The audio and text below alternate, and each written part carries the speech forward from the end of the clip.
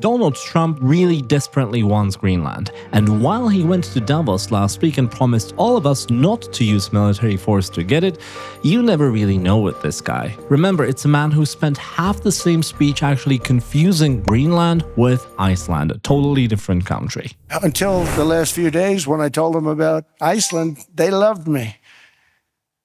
They called me daddy, right, last time. I don't know that they'd be there for us. They're not there for us on Iceland, that I can tell you, because of Iceland. So Iceland's already cost us a lot of money. So in this video, let's take a look at what it would actually mean for Central Europe, and not only Central Europe, if he actually goes ahead and decides to take it anyway, whether by a real estate deal as he calls it, a trade war, or brute force. Spoiler alert, if the US can just annex the territory of an ally, the entire security system that has actually protected us since 1989 breaks up entirely. I'm Jan, this is Prague Pulse, and let's talk about why Greenland may just be the most dangerous word in European security right now. Now, here's the thing about NATO's Article 5, you know, the famous "an attack on one is an attack on everyone" clause. It doesn't actually have an asterisk saying unless the attacker is an obese guy with orange skin. If the US uses force against Danish territory, technically, Poland, Czechia,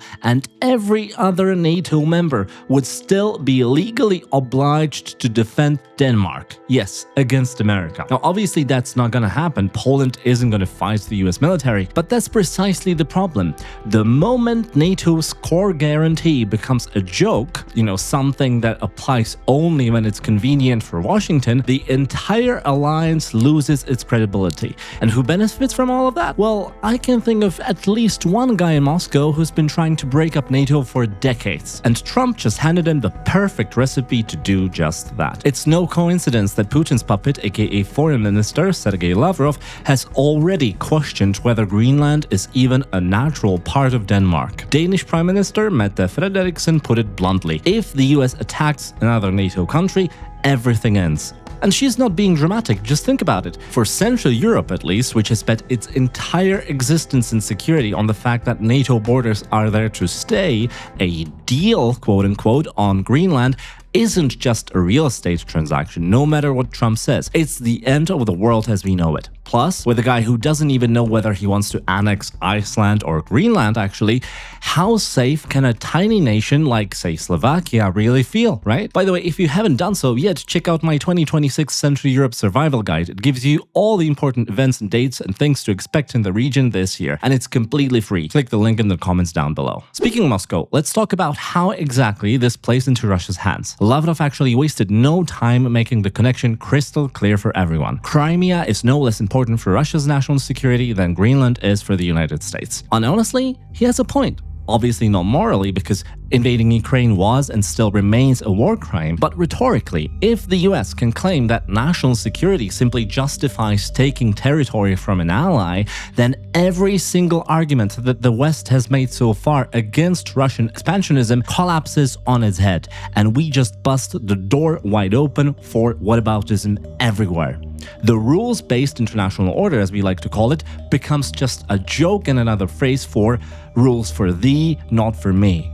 Russian state media is unsurprisingly already running with this. Moscow 24 quoted a strange Greenlandic politician saying that Greenland has the same right to self-determination that the residents of Crimea and the Donbass do. This is pure propaganda gold for the Kremlin, and it's being delivered gift-wrapped by Washington itself. For Ukraine, this is catastrophic. Let's face it, Trump's behavior is making it increasingly difficult for all of us, for even the biggest supporters of Ukraine, to show that Putin is actually clearly the worst guy of the two, and that Russian arguments for the full-scale invasion are just a pile of crap. European support for Kiev clearly depends on the argument that territorial conquest is simply unacceptable in the 21st century. And the moment that America starts doing territorial conquest itself, that argument simply dies. And with it, potentially dies the political will to keep funding Ukraine's defense and support it further. But wait, there's much more. Trump didn't just threaten military force, he actually threatened tariffs as well. 10% on all European goods, rising to 25% if Europe doesn't comply by the end of the summer. Again, for now at least, those tariffs have been averted. But if they ever come back, which is possible because we're talking about Trump here, this will be an economic gun to the head for Central Europe's economy. For example, Slovakia produces more cars per capita than any other country on earth. Hungary has bet its entire economic future on becoming a battery manufacturing hub in Europe and potentially the world. The whole region is basically just an extension of the German industry. For example, in Czechia, around 40% of all exports go to Germany, and it's similar in all of the 4 countries in the region, which means that the 10 to 25% tariffs that Trump has been threatening, it wouldn't just hurt, it would devastate us all. And then, of course, there is the resource angle.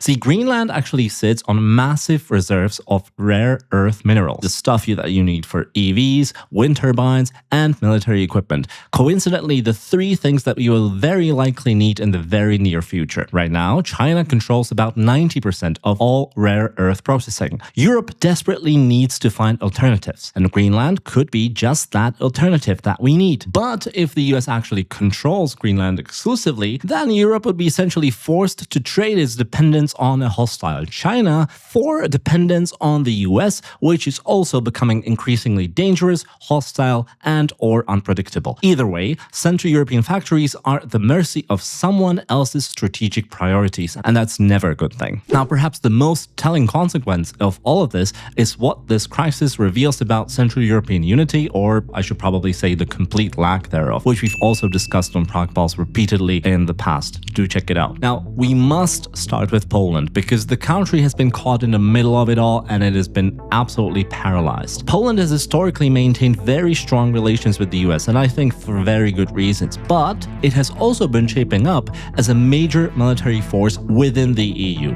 Prime Minister Tusk wants to show muscles in the EU to Poland's European partners, but it also hosts 10,000 US troops and has $50 billion in US weapons contracts. Meanwhile, Polish President Nawrocki of the PIS is cozying up to Trump and downplaying the whole thing, of course. Warsaw is basically yet again arguing with itself and wasting time. What about Hungary? Well, Viktor Orbán has, as always, vetoed the EU's joint statement that criticized Trump. Of course he has.